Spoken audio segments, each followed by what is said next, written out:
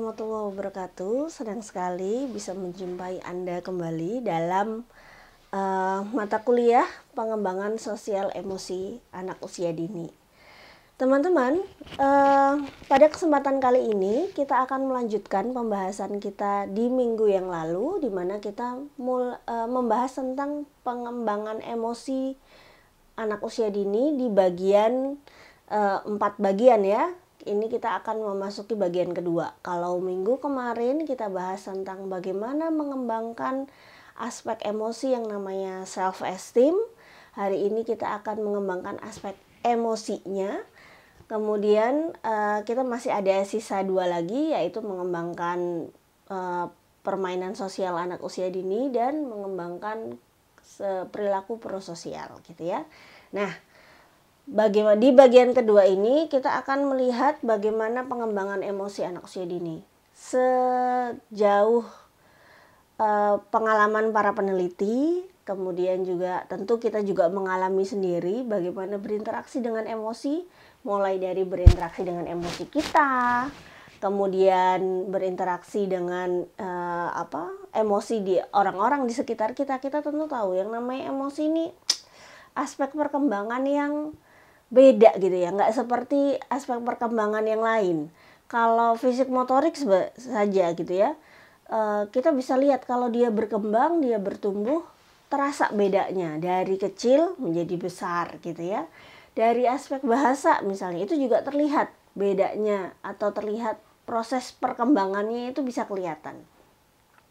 Sedangkan kalau di emosi ini abstrak banget gitu ya. Kalau dikatakan dalam emosi itu ada senang, sedih, mereka ada di setiap episode hidup gitu. Berapapun umurnya, setiap orang bisa merasakan sedih, bisa merasakan senang, bisa merasakan takut dan sebagainya gitu. Jadi kalau kemudian berkembang, apanya nih yang berkembang, itu yang sangat detail perlu kita perhatikan karena berbeda. Dari kecil sampai gede kita bisa merasa sedih ya kan. Dulu waktu kita kecil kita bisa tertawa dengan senang, sekarang kita besar juga tetap bisa tertawa dengan senang gitu. Lalu di mana perkembangannya gitu? Ledox menyatakan bahwa emosi itu adalah hal yang sangat subjektif. Dia mewakili atau dia menggambarkan gitu ya, invasi kesadaran yang penuh dengan gairah. Jadi ibaratnya kalau kata Ledox nih, yang namanya emosi itu gairah yang mempengaruhi kesadaran. Ketika orang mengalami lompatan emosi atau badai emosi gitu ya, maka dengan sendirinya secara sadar dia merasakan hal-hal yang abstrak tadi ya gitu. Yang pasti dia akan mengalami gairah yang lebih tinggi. Gairah itu semacam semangat gitu ya, passion, luapan energi yang besar sehingga untuk melakukan sesuatu gitu. Kalau luapan energinya itu berupa energi kesedihan, maka dia akan sangat tergerak untuk mau menangis, meraung atau apa gitu ya. Kalau luapan energinya itu adalah energi kemarahan, maka dia akan sangat sangat termotivasi, sangat ingin untuk menghancurkan sesuatu mungkin gitu ya, atau meluapkan emosi dengan kata-kata, ngomel mungkin gitu ya. Nah itu, dan itu dilakukan secara sadar gitu. Jadi ketika orang mengalami sebuah reaksi emosi, kesadaran energinya meningkat gitu ya secara sadar. Ledox juga mengatakan bahwa emosi itu adalah sebuah perasaan yang bisa digambarkan oleh diri kita gitu ya, dan respon terhadap perasaan itu bisa saja berubah seiring dengan bertambahnya kematangan manusia. Jadi kalau dulu mungkin kita melihat kita ketinggalan sebuah film kartun, kita sedih banget gitu ya. Perasaan sedihnya itu adalah perasaan. Kemudian dari perasaan itu kita sebagai manusia meresponnya dengan menangis, dengan mewek misalnya kalau waktu kecil ya kan, dengan marah-marah karena kita ketinggalan film kartun kesayangan kita gitu. Tapi seiring kita dewasa, seiring kita bertambah besar, kita mulai biasa gitu ya. Ketika kita hari ini, kita sebagai mahasiswa atau saya sebagai orang dewasa gitu ya, ketinggalan kartun kesayangan mah biasa aja gitu. Oh ya udah sih, ketinggalan, belum rezeki misalnya gitu ya. Beda gitu responnya ya. Kalau waktu masih kecil nangis-nangis karena ketinggalan, begitu udah dewasa biasa aja, nggak seperti waktu kecil dulu gitu. Nah, karena respon yang berbeda seiring kematangan inilah kemudian kita perlu mengajarkan kepada anak-anak untuk mencapai kematangan itu gitu. Setidaknya ada 3 komponen yang membentuk emosi. Jadi kalau kita mau ngomongin tentang emosi, itu ada 3 dimensi yang harus kita paham. Jadi kalau kita mau melakukan intervensi terhadap emosi ini, maka kita perlu perhatikan 3 dimensi ini. Ibaratnya HP ini ya, ibaratnya HP ini ada, kalau di HP ini ada 4 dimensi ya, 1, 2, 3, 4 gitu. Nah, kalau emosi ada 3. Yang pertama adalah perasaan sadar atau pengalaman emosional gitu. Jadi emosi itu dibentuk oleh pengalaman emosional dari individu. Apa pengalaman emosionalnya? Bisa perpisahan, bisa pertemuan gitu ya, bisa kejutan, nah banyak sekali. Kemudian dimensi yang kedua itu adalah proses yang ada di dalam otak kita atau sistem syaraf kita. Kalau kemudian kita mengalami pengalaman emosional, tapi sistem syaraf kita nggak merespon itu, nggak memproses itu, maka emosi tidak akan muncul gitu ya. Atau sebaliknya, nggak ada apa-apa juga ketika sistem syaraf kita bekerja gitu ya, maka ya nggak ada yang diproses gitu, karena sistem pengalaman tuh menjadi input bagi sistem syaraf untuk memproses sesuatu menjadi emosi. Dan yang terakhir yang menjadi komponen dalam emosi itu adalah reaksi kita sebagai individu atau pola ekspresi yang bisa diobservasi. Jadi setelah kita dapat input berupa pengalaman emosional, kemudian pengalaman itu diproses dalam otak kita untuk diartikan sebagai ini sedih, senang, kaget, atau menyebalkan gitu ya. Setelah itu didefinisikan, itu dikembalikan lagi ke kita untuk memerintahkan kita mereaksi atas peristiwa itu. Kalau peristiwanya sedih ya kemudian kita merasa sangat sesak gitu ya, sangat sakit di dada kita, kemudian menangis misalnya gitu ya. Atau kalau itu peristiwa yang membuat kita marah, setelah didefinisikan marah gitu ya, maka darah kita mendidih, kemudian kita ingin memukul sesuatu misalnya. Nah itu 3 komponen emosi. Apa tadi? Pengalaman emosional, kemudian sistem syaraf, dan yang terakhir adalah reaksi kita sebagai bentuk jawaban atas perintah dari sistem syaraf tadi ya. Dan reaksi ini adalah sesuatu yang bisa diobservasi. Karena bisa diobservasi, ini menjadi pintu pembelajaran bagi kita sebagai guru dan juga para ilmuwan gitu ya, untuk memahami emosi. Kalau kita sebagai guru, reaksi emosi anak-anak akan memberitahu kita apa yang terjadi pada mereka. Minimal kita akan tahu dari ketika anak kita menangis misalnya, oh ada yang nggak beres nih, ada masalah. Atau ketika anak-anak murid kita bertengkar misalnya, oh ada yang nggak beres nih sama emosinya gitu. Karena dipengaruhi oleh fisik, maka kematangan perkembangan otak akan sangat mempengaruhi kematangan emosi. Jadi kalau sistem syarafnya belum banyak, vocabulary gitu ya, perbendaharaan situasi, perbendaharaan reaksi dari otak kita ini belum banyak, tentu kita akan merespon sebuah pengalaman emosional itu dengan seadanya kita gitu, seadanya pengetahuan di otak kita. Tapi kalau kita pengalaman hidupnya sudah banyak, kita sudah tahu, oh ini adalah situasi yang harus dikendalikan, ini adalah situasi yang harus kita melepaskan seluruh perasaan kita misalnya, maka kita akan cenderung mampu memberikan respon yang tepat. Itu masalahnya, anak usia dini itu adalah newbie dalam kehidupan dunia, yang mereka tentu pengalaman hidupnya belum banyak, belum sebanyak kita paling tidak, sehingga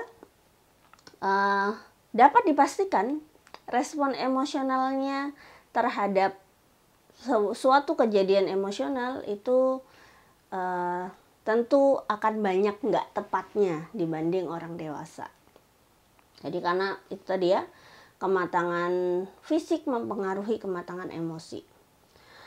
Emosi dapat dilihat melalui respon yang diberikan oleh individu. Oleh karena itu, di PAUD tidak hanya berfokus pada perkembangan emosi.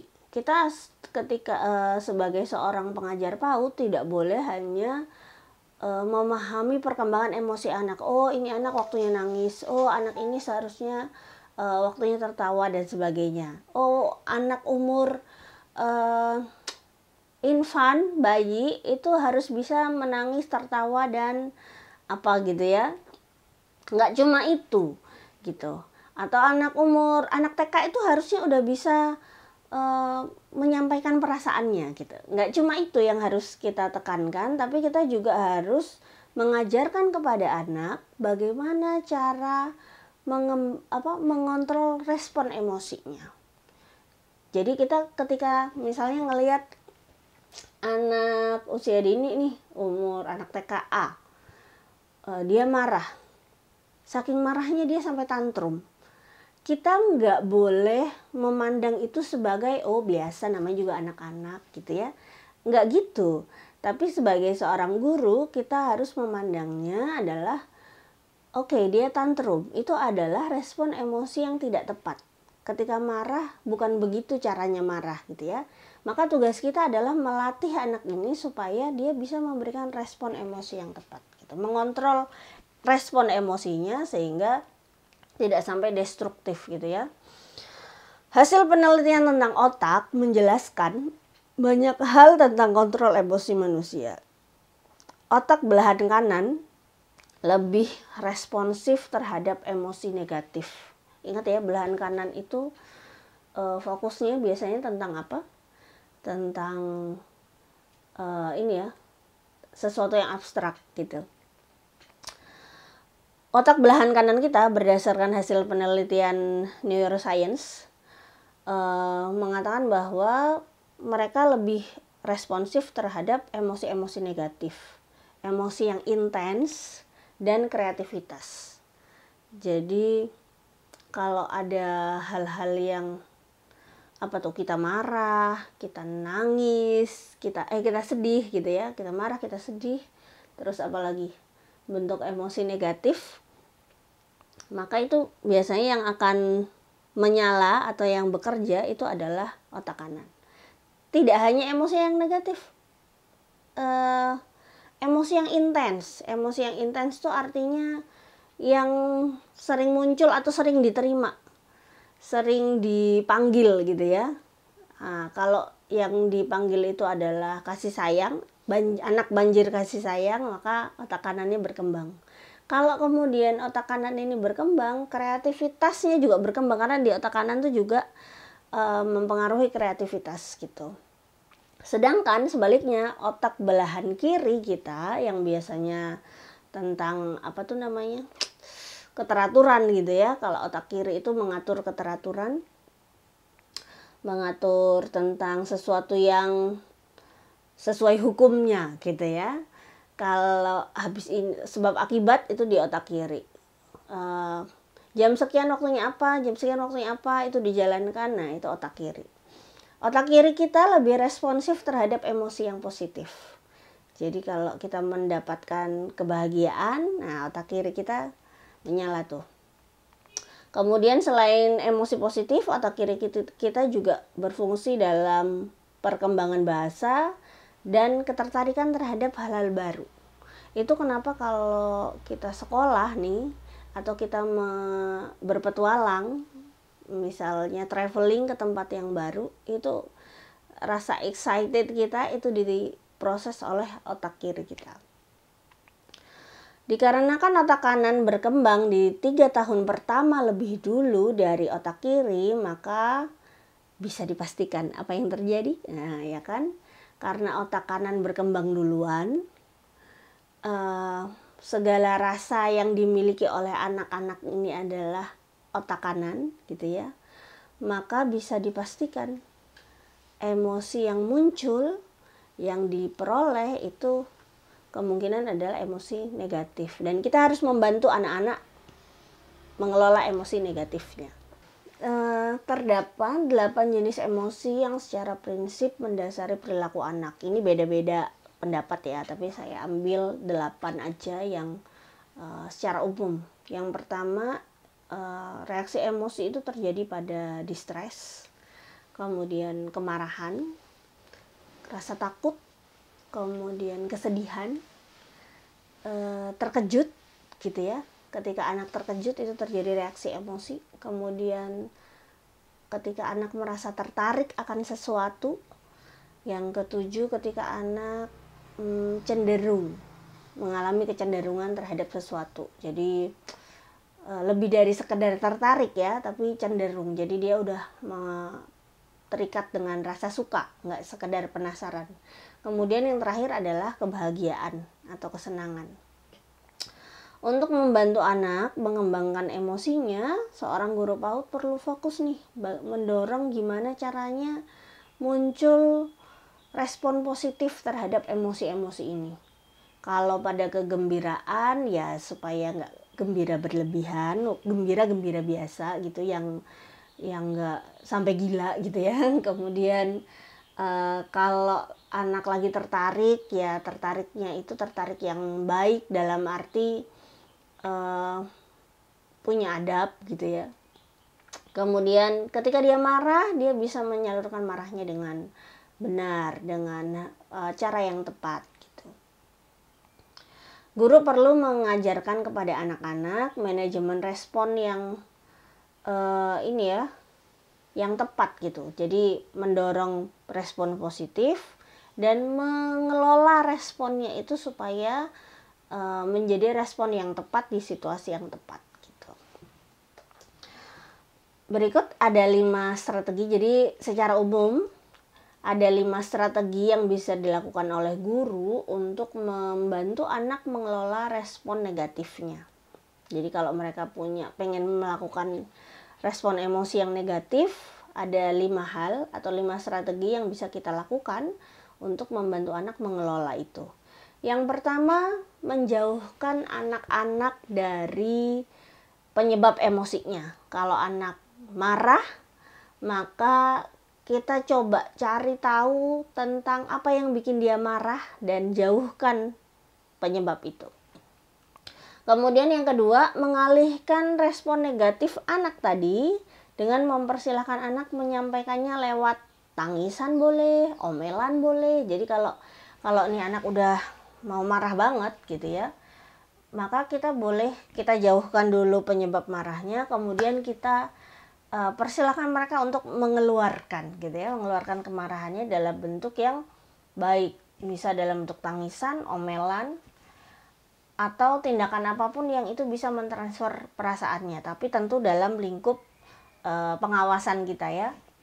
Kemudian yang ketiga, menawarkan dukungan, kenyamanan. Kemudian kita tawarin juga ide-ide cara mengontrol diri. Kalau misalnya aku tuh pengen mecahin piring rasanya, misalnya gitu ya, maka dicari ide. Oke, kalau kamu pengen mecahin sesuatu, jangan piring lah, Bu Guru kasih apa gitu yang bisa dipecahin telur mungkin gitu ya. Kemudian menjadikan diri kita contoh bagi anak-anak dalam mengontrol diri. Jadi anak-anak tuh pasti belajar dari kita, teman-teman. Ketika kita menanggapi mereka dengan kemarahan, ya mereka juga sebenarnya belajar, oh kalau marah tuh kayak gitu ya gitu. Tapi kalau kita berusaha untuk mengontrol diri, mereka sebenarnya juga tahu kita menahan sesuatu gitu. Karena kita melakukannya, maka mereka pun akan melakukannya. Yang terakhir, memberi kesempatan pada anak untuk berbicara tentang perasaan negatifnya secara tepat. Jadi setelah selesai, kita memberi kesempatan kepada anak untuk menyampaikan apa yang sebenarnya terjadi dan apa yang mereka rasakan gitu. Sekali anak dapat menyampaikan apa yang dia rasakan, maka itu artinya mereka sudah mulai siap untuk mengambil alih emosinya. Jadi kalau anak usia dini kan karena otak kanannya ya yang banyak berkembang, maka pasti ketika mereka mengalami reaksi emosi yang pertama kali keluar adalah emosi negatif gitu. Kemudian ketika kita ajarkan mereka caranya mengelola, bagaimana kita marah lewat kata-kata misalnya, atau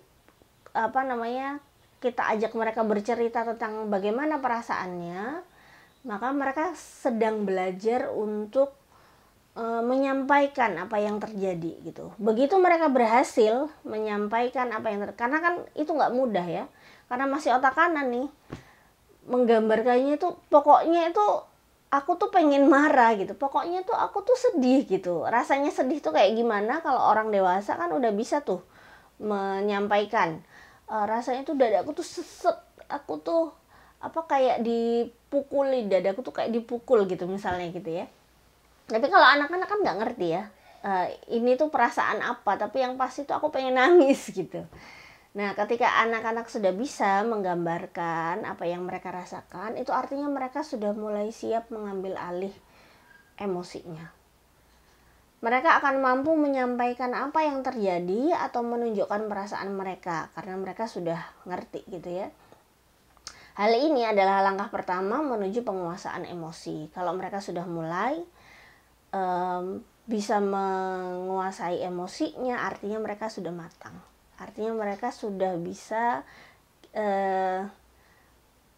siap gitu ya menjalani kehidupan yang sesungguhnya gitu. Terdapat beberapa indikator yang dapat dijadikan acuan bahwa anak telah mencapai kematangan emosi. Apa saja indikatornya? Kita lihat, kita kulik sedikit lagi gitu ya.